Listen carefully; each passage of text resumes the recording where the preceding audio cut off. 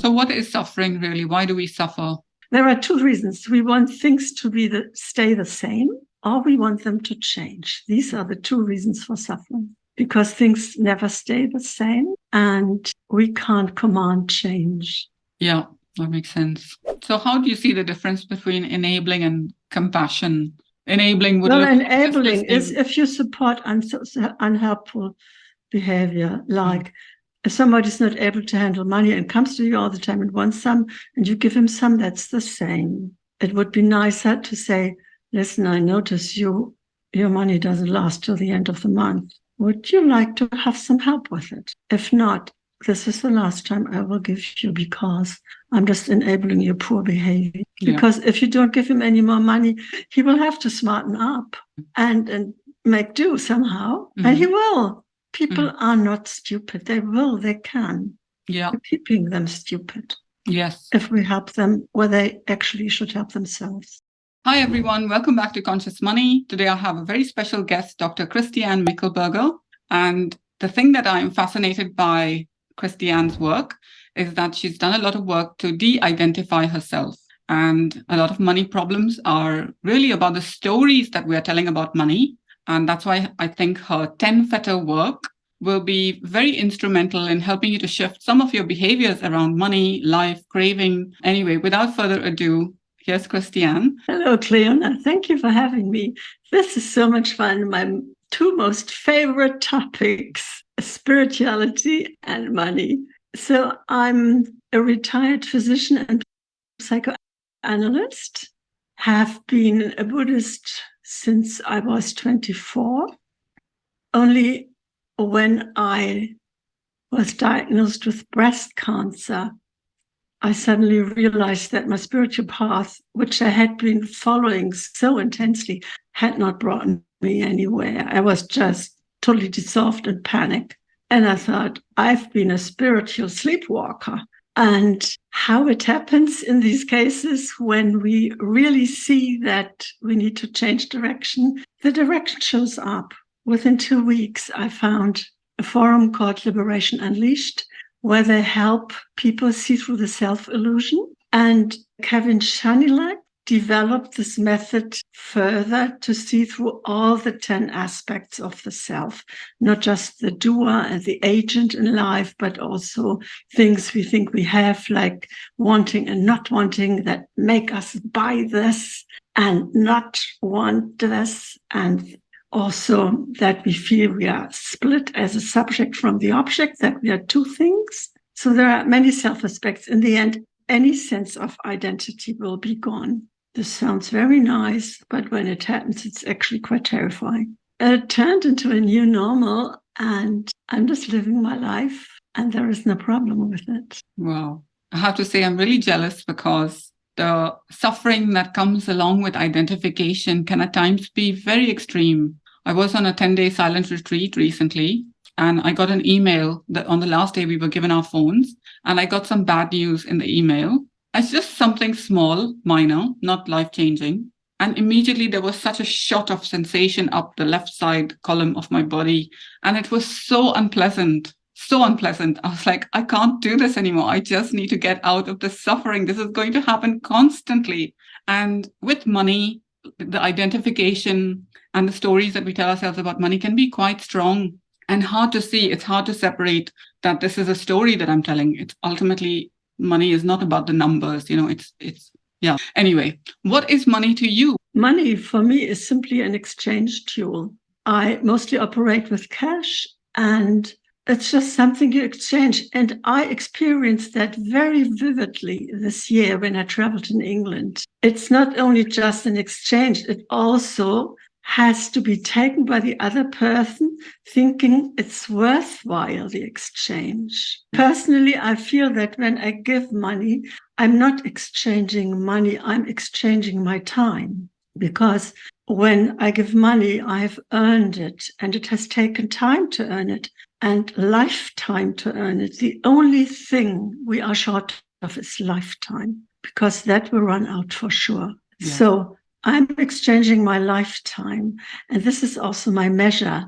is it worthwhile, the exchange of lifetime against the value or enjoyment I receive? That's how I measure my expenses. Yes. Money is what I swap my life energy for. Right. Yeah. Right. Yeah. And you shared you have a background in money coaching and you did a course with Dave Ramsey. Do you notice any common dysfunctional patterns with money? I think one of the most prevalent pattern is fear. People are afraid. And I was absolutely the same. I was really bad with money. I'm a spender. When I had money, I just spent it on nice things, usually on travel. I traveled overseas and for all my Zen courses and things like that.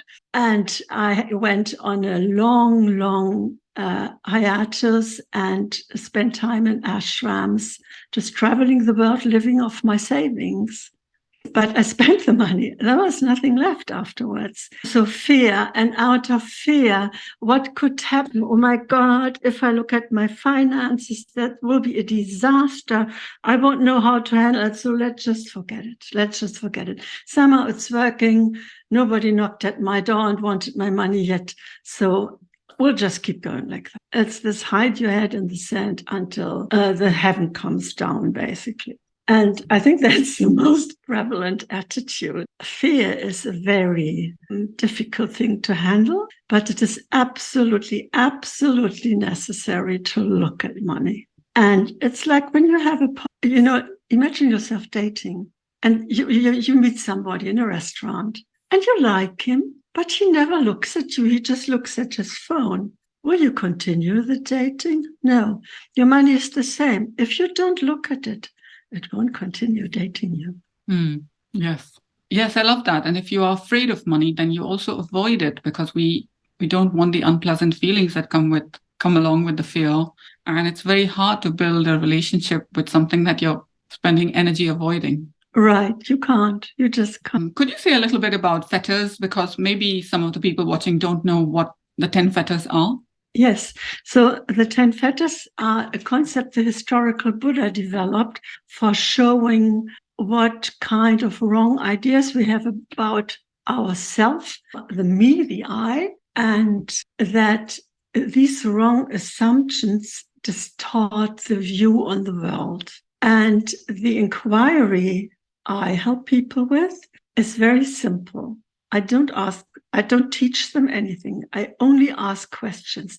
They have to explore their own first-hand experience for what is true. The Buddha said, when in the seen is only the seen, and in the heard only the heard, and some other things, there is no you. Just this is the end of suffering. And so going through the 10 fetters leads you to the end of suffering. Exactly. Doesn't mean that you won't encounter pain or painful situations, but there is no mental proliferation about it. Right. So, of course, there will be physical pain, like I have a hip and knee arthritis, and it does hurt at times. But that's just it. Even the pain feels much less because there is no story around it. Not, oh my God, what will happen? I will need a replacement.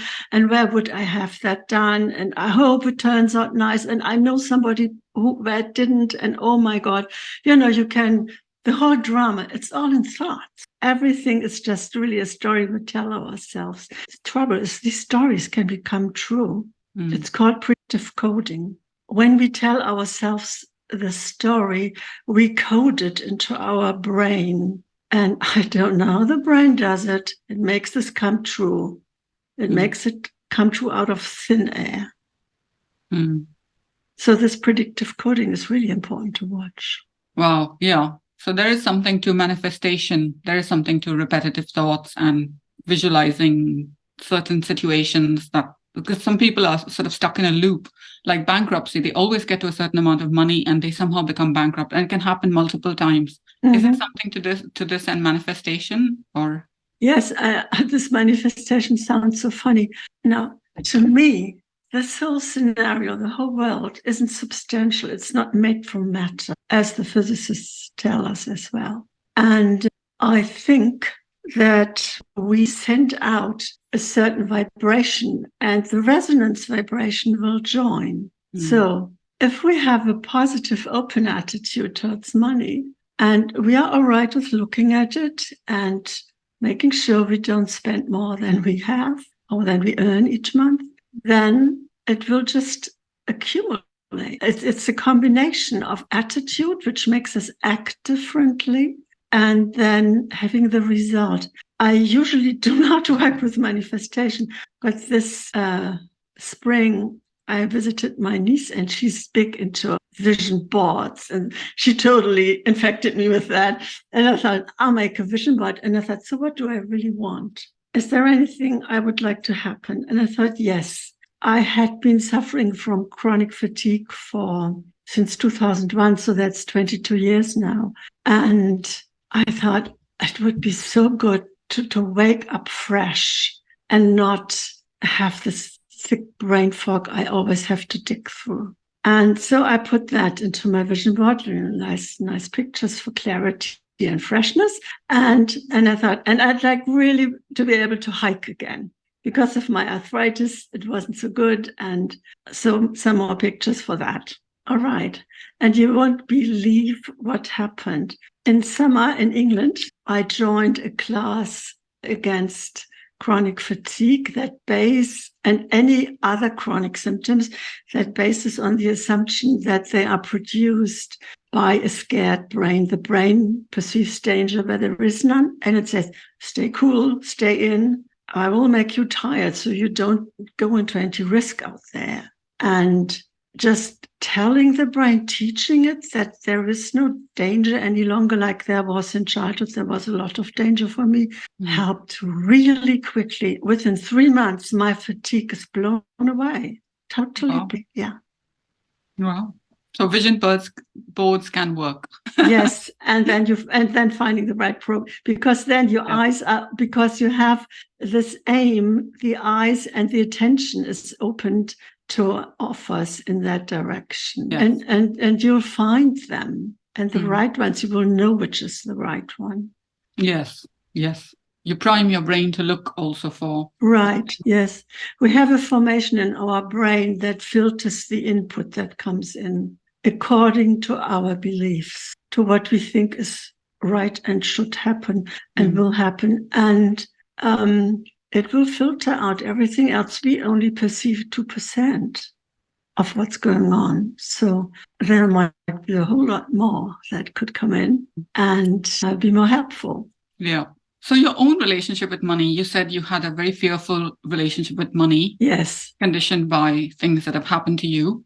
Yes. How has it shifted with the fetters, and were there particular fetters that released more conditioning? Because it's not always just money. Money is so connected to work and life and freedom and options that we pick for our lifestyle, So my lifestyle has always been minimal. I grew up like that. I'm a post-war child, and it just fit me. I never changed it. I've always been minimal. When I buy things, as I said, I buy experiences and travel. Lots of it. What happened with the fetters, it didn't really change how I manage money now, but it did change how much money I need. And that was so surprising for me. I discovered it during the last holidays in England.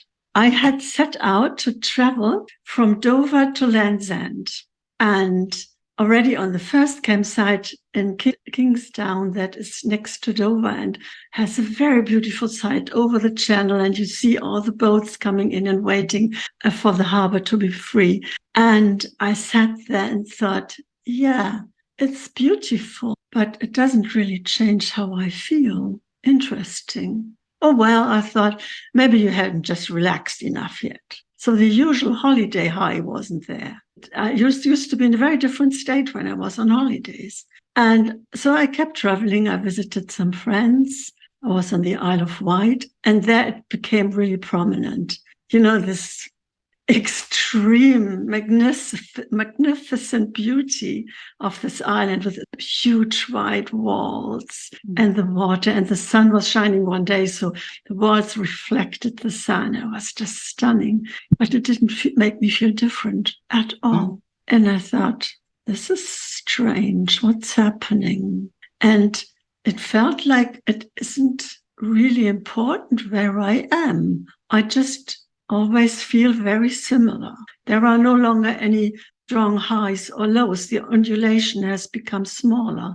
And I thought, that's so interesting. And then I visited a friend in Southampton, and there I decided to return and drive back because I thought there is no point. It won't give me anything looking at this or that, which I saw on the internet and thought might be interesting. It will just be like this again. Remember, do you want it? And I thought, no, I don't want the hustle of driving on the left-hand side. I already had an accident in a roundabout and on that travel. And so I thought, no, I don't want that for sure. And then I thought, okay, let's do the money check. That is my second check. If I think, well, maybe you're depressed or maybe you are and you don't know it.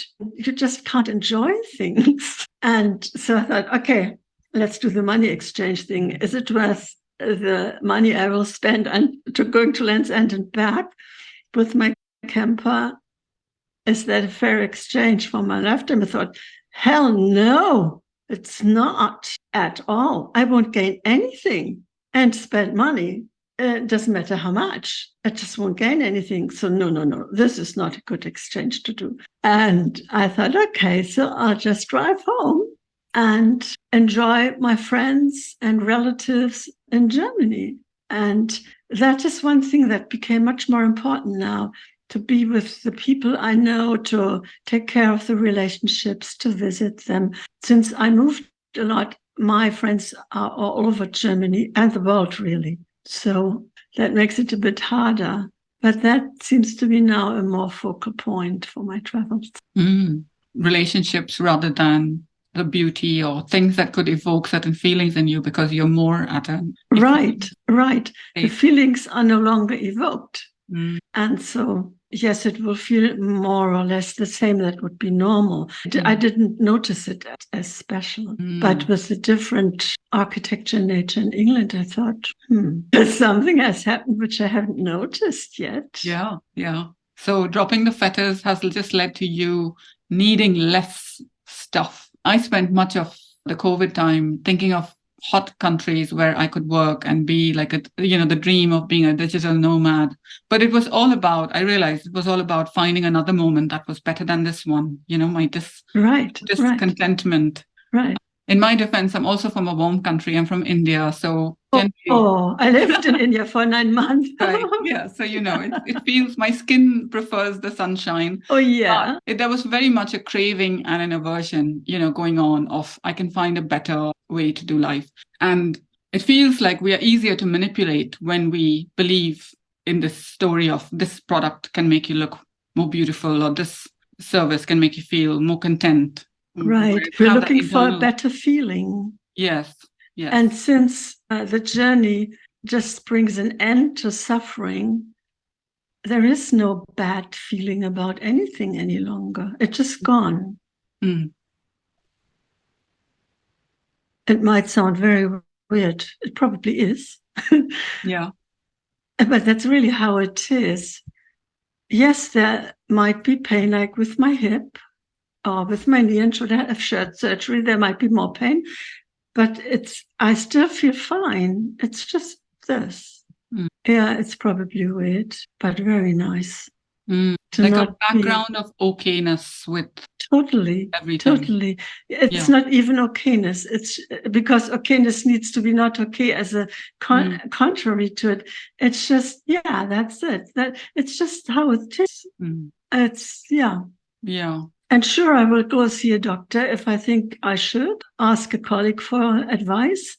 But otherwise, I'll just sit it out and nature will take care of it. So what is suffering really? Why do we suffer? Suffering is the result of resistance. There are two reasons. We want things to stay the same, or we want them to change. These are the two reasons for suffering. Yeah. Because things never stay the same and we can't command change. Yeah. That makes sense. I see it all the time. Also in my own thinking, one of the sources of my suffering, because I'm from India, I've seen a lot of inequality, lots of domination, exploitation, especially of people with less money. And this used to cause me a lot of suffering. Like when I go back to India and I see it, it's sort of like, what's a wholesome way to respond to this? Because obviously I can't change it, and I don't want to suffer. I don't want to, like, my sadness doesn't really help anybody. My guilt doesn't help anybody. And the other thing I find difficult at the moment is, and I worked with Ilona as a guide, and she did some good work on this identity that believes that it can change things. But about the climate, there's a lot of sadness about the climate and what we're doing to the earth. And it's not just humans that will suffer. We're taking along the extinction of a lot of species that, cannot always advocate for themselves. And I know this is samsara and there is suffering. But I was just wondering, like, how does one make sense of it? Because the world is so imperfect and at times very unfair, very unjust. There is a lot of suffering. And yet the Buddhists say it's okay, like it's not perfect and it's okay. And I think I suppose that's they don't say it's okay. They just say it's not perfect. It's not perfect. Right. Okay. I can tell you what I did when I lived in India. I employed local people for doing my laundry, bringing me milk, bringing me water. I lived in a hut, bringing me water. And so that they have an honorable way of earning money. Mm-hmm. So that, and of course I went into local food stores and ate there. I love Indian food. I just love it. I'm completely biased, but it's the best. Yeah, it's absolutely the best. So, and spending the money locally is one of the best ways I think we can act to help people. Yeah. And then the collective suffering of the financial systems in the world, and how does one make peace with that? Allow it to be? Do the financial system suffer? No, but the impact of some of the financial systems we have, for example, consumption, companies make profits. Sometimes they might make profits by dumping poisons in lakes, I know. We're putting poisonous gases into the atmosphere, sometimes killing people, not taking responsibility. It's not just the financial systems at fault. Of course, there are humans working here with greed and aversion and all this stuff. But how, I suppose, I'm asking a very big question. I don't know. Make sense of this. Yeah. I can't make sense of it. That's good. That's a good answer, I think, is, how do you make sense of it? So what are your top tips on cultivating a good relationship with money? I will take the tips the Buddha had. So the first one is just accept that money is the exchange tool right now. You wouldn't want to carry a bag of shells around or stones, different sized stones, and sort them out all the time. So this is a convenient way of exchanging money. The first thing the Buddha said to be good with money is to be good in initiative, perfection or accomplishment in initiative. Initiative means that we know something that can help somebody and we are good at it and we help people and they will pay us for our help depending on how much we help them, and that we strive to get better and be organized. We'd have to take initiative to earn money. Maybe change the position if it pays not enough for us. It's okay to earn more. I will say more about that in a little moment. Mm-hmm. The second one is protection. The Buddha said, accomplishment in protection is the second step. That means what you have earned with your hands gathered by the sweat of your brows, he says literally, ensure that it's guarded and protected and that it's not taken by bandits or by fire, swept away by floods, or taken away by rulers. This means when you do your income tax declaration, make sure you enter everything you spent during that year so that the rulers don't take your money away. And there are other things how to avoid that. And then the next most important part is accomplishment in friendship. Everybody has probably heard in the meantime that we become the 5 people we spend the most time with. And it's true. If you have friends who drink and take drugs, you'll start to drink and take drugs as well. There is no escaping it. You will. It will just feel normal. So choose your friends wisely. That's the most important thing. Have friends that are good with money, that have money. that maybe can help you, not financially, but with advice. And the next one is to be accomplished in balanced finances. This is the very step of not spending more than earning. So we always need to spend less than we earn. Otherwise, the journey goes downhill. And we just collect debt, and then we pay extra money for the, what do you pay on debt? The Interest. The interest. I was missing this English word. The interest. And you get nothing for the interest. Nothing. You just pay it to the lender for them being so graceful to give you some money, and they earn money with that. So you don't need to make them rich. And the Buddha had a very concrete advice. He said, in gathering wealth like this, a householder does enough for the family, and they hold on to friends by dividing their wealth in 4. 1 portion is to enjoy, 2 parts invest in work. Now nearly everybody was self-employed then. And the 4th should be kept for times of trouble. That was the Buddha's advice. Sigalaka Sutra. You will have a paper linked that has all the texts of them. Yes, I'll put that link in the description. And the Buddha explicitly said something that I was very surprised to read, because it infers that we can only see clearly with wisdom when we know the happiness of debtlessness, the extra happiness of possession, and a mortal enjoying the happiness of using wealth. He then sees clearly with wisdom. I found that very interesting. And the Buddha said some more about enjoying the money. This is one of his main points. Now listen to this. Your breath will probably stop over this.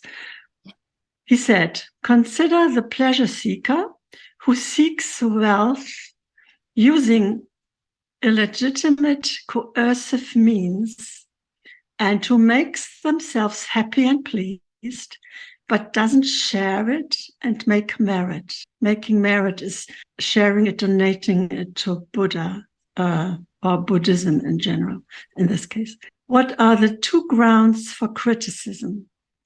They seek wealth using illegitimate coercive means. This is the first ground for criticism.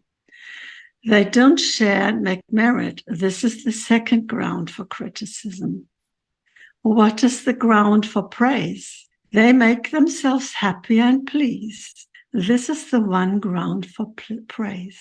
So making yourself happy and pleased is so important. Why?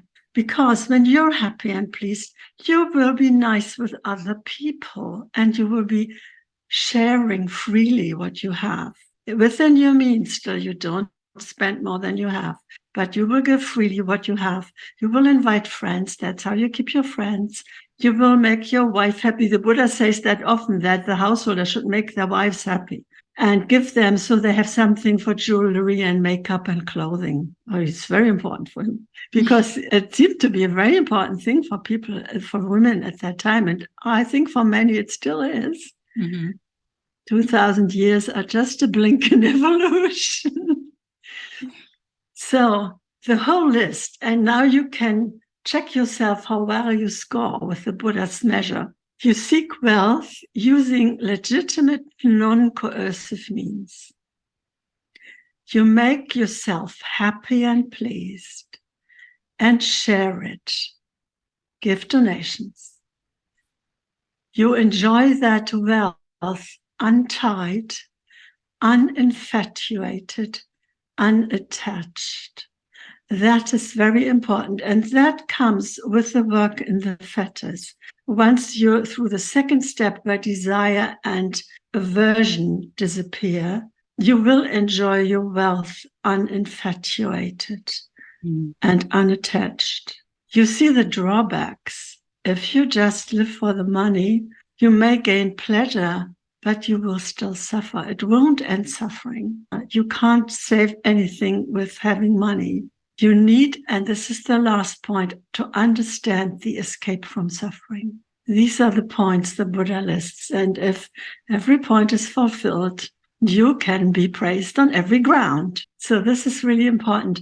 This enjoying wealth, unattached and uninfatuated, is really quite something. I made an inheritance once, it's a while ago, and it was a shock to me because I hadn't expected to inherit money, and it wasn't very little. So it was a shock to my whole system. But I had a template for how to handle windfalls, and I recommend everybody to use it. Don't talk about it at all. Only to a financial advisor and a tax advisor, which you need at this point.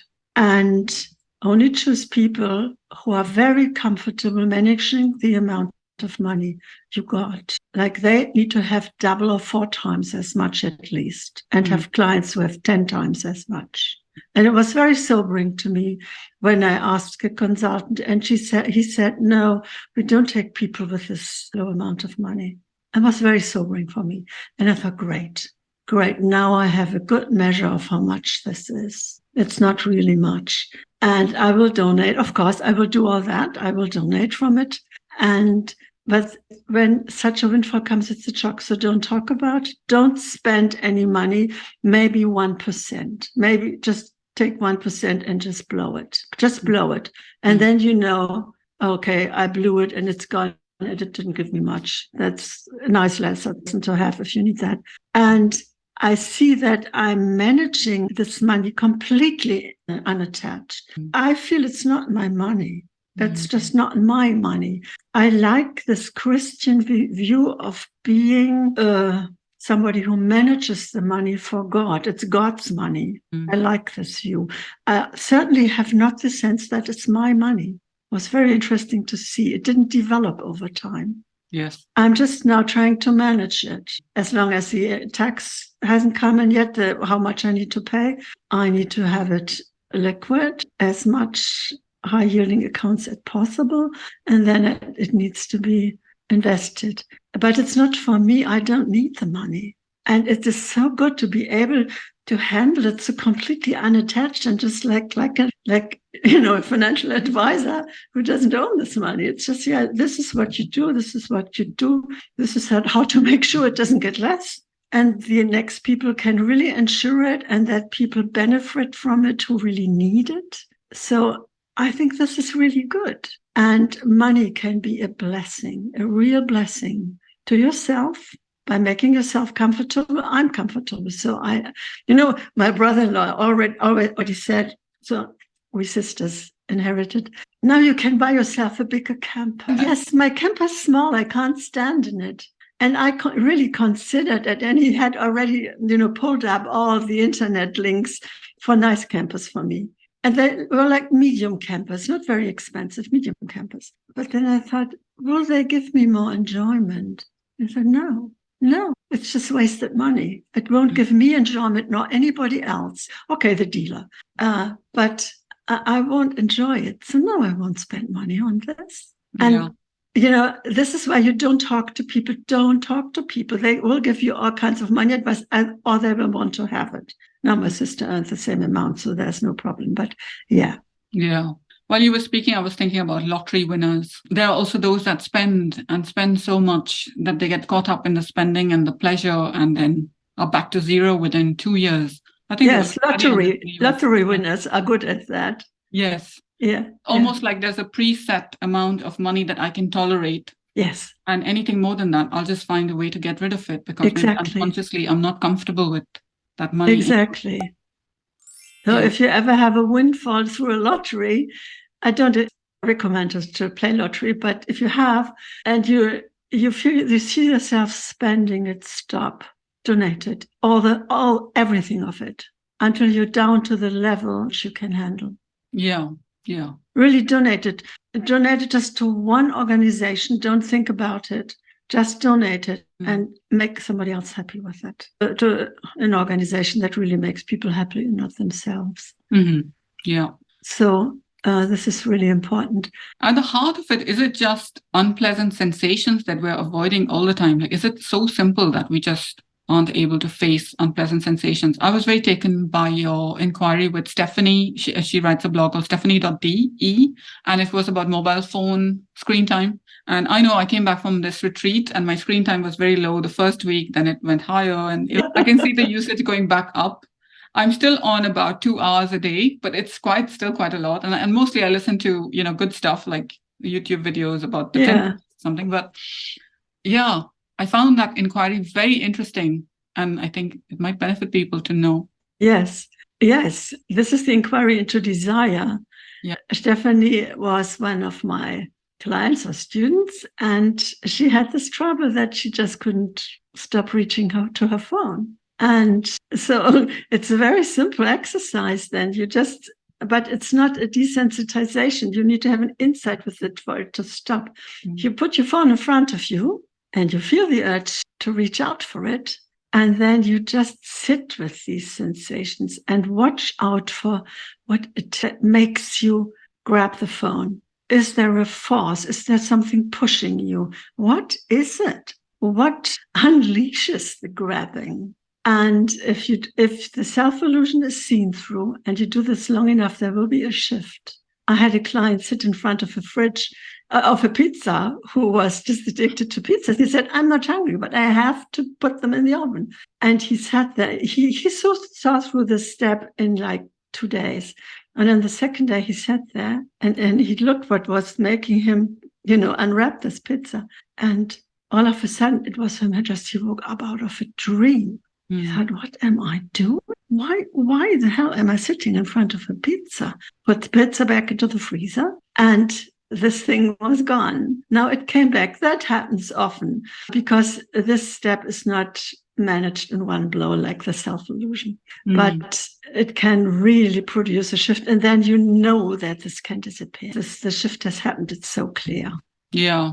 And I think that's with Stephanie, it went very deep, like something about not wanting to be left alone when her mom left the room, a hug. It's like some sort of wanting love or affection, which there's the reaching for the phone. I thought that was so interesting. Yeah, it's in psychoanalysis, we would call that the constant object. So everybody of us needs to develop in childhood something that is a constant object, so that we can rely on something. As a child, we're lost. We're completely lost. Otherwise, we really suffer panic all the time. And since her mother was so busy, like mine was as well, she certainly, as a young child, had a different object, like a doll, for example, or a teddy, or an animal, a stuffed animal.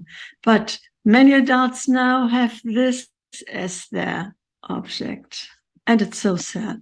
It's not a person is somebody you can rely on that is always there, but the phone. I find that really sad. So if you are unfettered, how do you, because I know you use Facebook and you have a wonderful group where people can come and share about the fetters, and if they want support, they can find the group. I'll link everything in the description below. But how do you use Facebook? Oh, I find Facebook so boring. Okay. So how I use it, I'm in groups there myself, like, for example, this chronic fatigue group I'm in, and we share our wins there. And so I go out of every group where they're whining. I can't go with that. They have to do something, but they don't. They won't. They just whine. So these are my active groups I participate privately in, and the mini camper group, because sometimes you just need tips and tricks. If something goes wrong or you need some equipment, there is always advice for that. And otherwise, this is something really nice now about Facebook, because we can switch to the business side. And I only go on the business side once a day, sometimes twice. When I feel in the evening, I'm still fresh, because most people come on my Facebook posts in the evening. I go in the evening and answer some questions. And then I just go out. Facebook bores me endlessly. I find it hilarious that you said that you don't stay in groups where they whine, because I imagine somebody who's unfettered has like endless compassion and endless, acceptance with what is. But clearly you have some preferences, like true compassion in this kind is stop whining, analyze the problem, and do something about it. That is true love and help. Everything else is just enabling them to whine and not getting ahead. digging them deeper into the hole. You're helping them getting deeper into the hole. Yeah. That's not help. So how do you see the difference between enabling and compassion? Enabling would Well, look like just enabling is listening. if you support unhelpful behavior, like when you have a relative who drinks and he has birthday and you buy him a case of beer. That would be enabling. If somebody's not able to handle money and comes to you all the time and wants some, and you give him some, that's the same.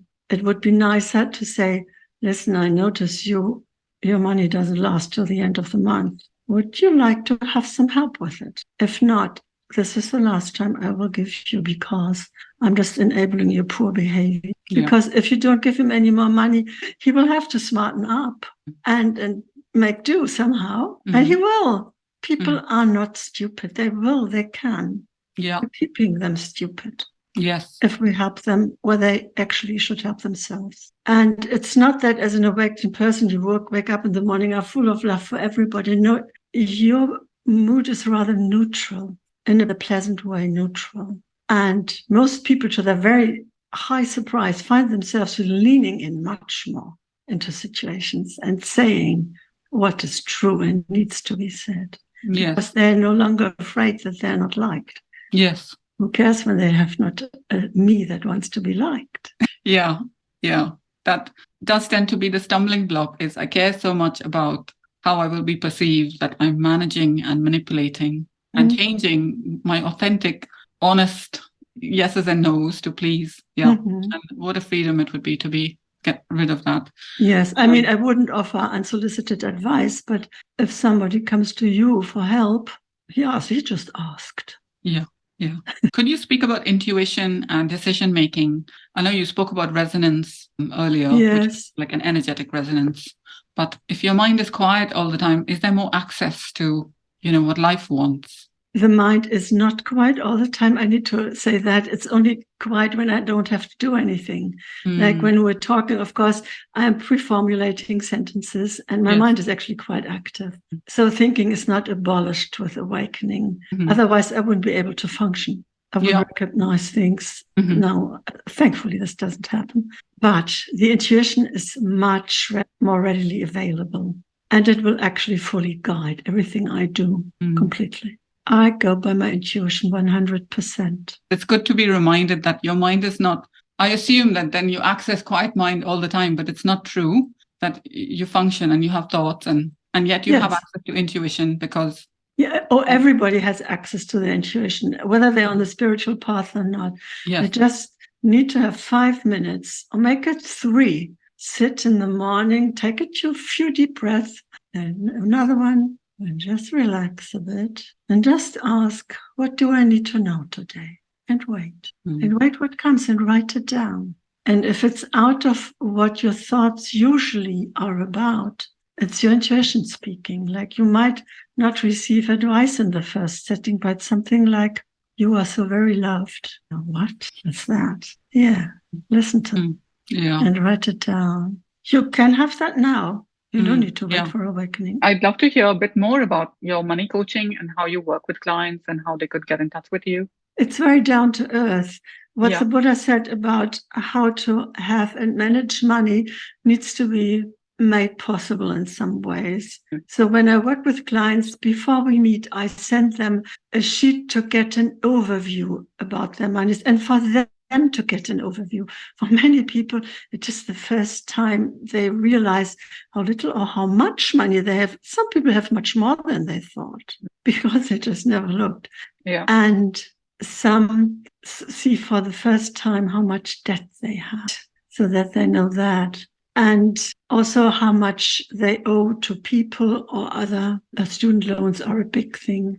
And then we start to work.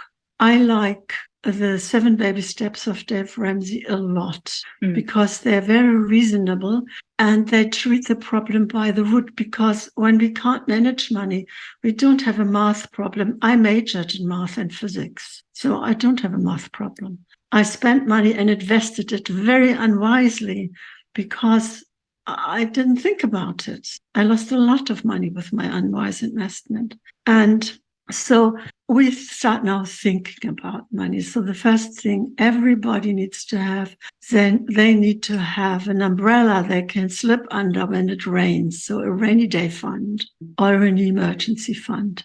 It is not an emergency to buy Christmas gifts, nor is it an emergency to buy clothing when you have some that still can do, but you don't like them. That's not an emergency. So the emergency fund is really to get you into a position where the next blown tire won't make you go into debt again. This needs to stop. Going into debt needs to stop completely. And then if you have debt, you start addressing the debt. And since it's so great to have success, you start with the smallest debt first.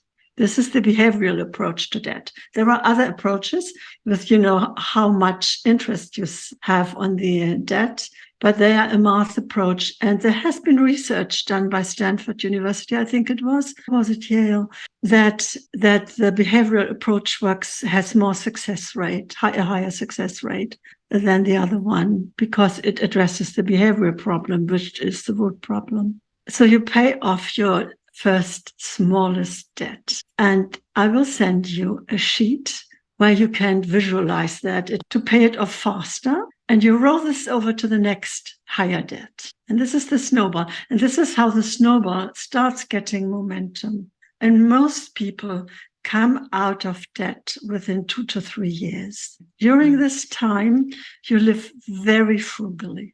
Very frugally, no holidays, no eating out. You pack your lunch.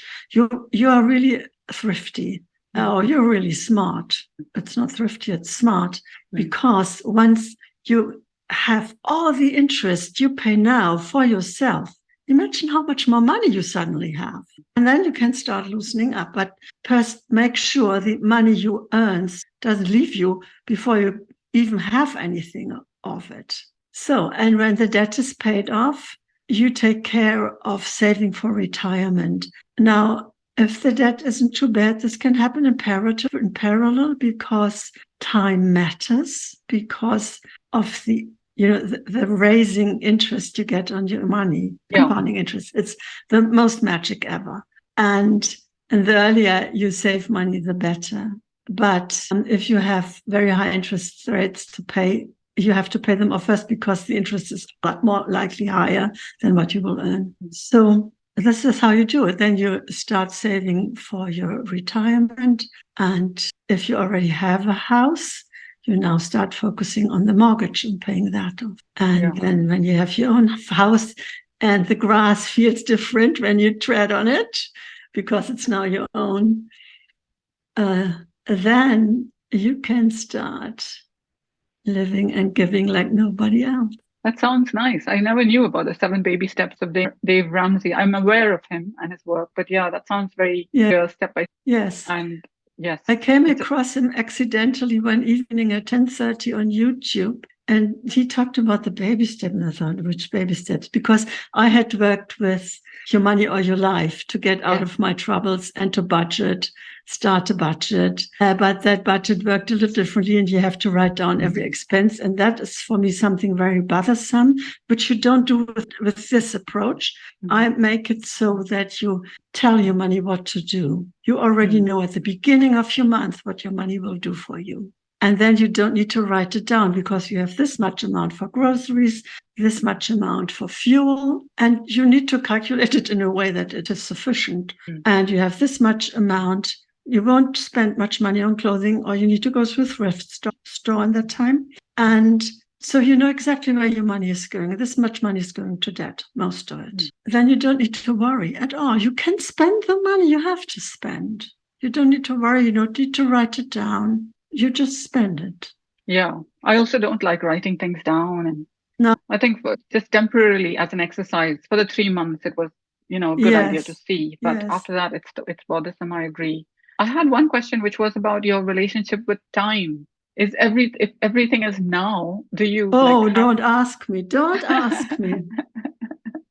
All right. Because most of us also suffer from this scarcity of time. In our minds, we're busy because we're sort of holding so many different threads at the same time. We do. We do hold many threads at the same time, but you only handle one at one time. Yes. And that's the one we need to think of. Well, my time management, it comes with awakening. The sense of time is completely gone because time is just another idea we have about what reality is like. So I have a phone with many, many alarms and reminders, so that I don't miss like this call, for example. And I have a calendar, a paper calendar where I write everything down, and I consult it every evening and every morning. And sometimes my memory lasts for like half a day. And right now I'm getting back to my natural rhythm of using time, which I'm very much enjoying. When I was so tired, I could only focus for a very short time. So I needed to have only small bites of activity. And now, since the fatigue is completely gone and my brain fog is gone, when I wrote the paper for all your listeners, what the Buddha said about money, I was enjoying it so much. And I just dove into it and thought, this is fantastic. This is just my two favorite topics. And I was delighted. And it lasted for 3 hours. And I hadn't noticed. Time, I have no time management. I have reminders. I just can't do time management. So you must have enjoyed writing your book. Oh, so much. Yeah. It was I'm again writing a book right now. It's a workbook on the first fetter, the self-illusion. And I'm taking a little bit a different angle on it because I saw that so many people have tremendous difficulties getting out of their thoughts. So it addresses that problem as a focal point in the beginning. And, I always have this little hurdle to start. Starting is difficult for me, thanks to my wiring. And so I resort to tiny habits. I tell myself, Christiane, do you think you can open the document? And then I think, yeah, I can open the document. I can do that. And then I start reading the last bit I wrote. And then it just starts flowing and I get into a flow and I just love writing so much. Yeah, it's one of my very favorite activities. Yes.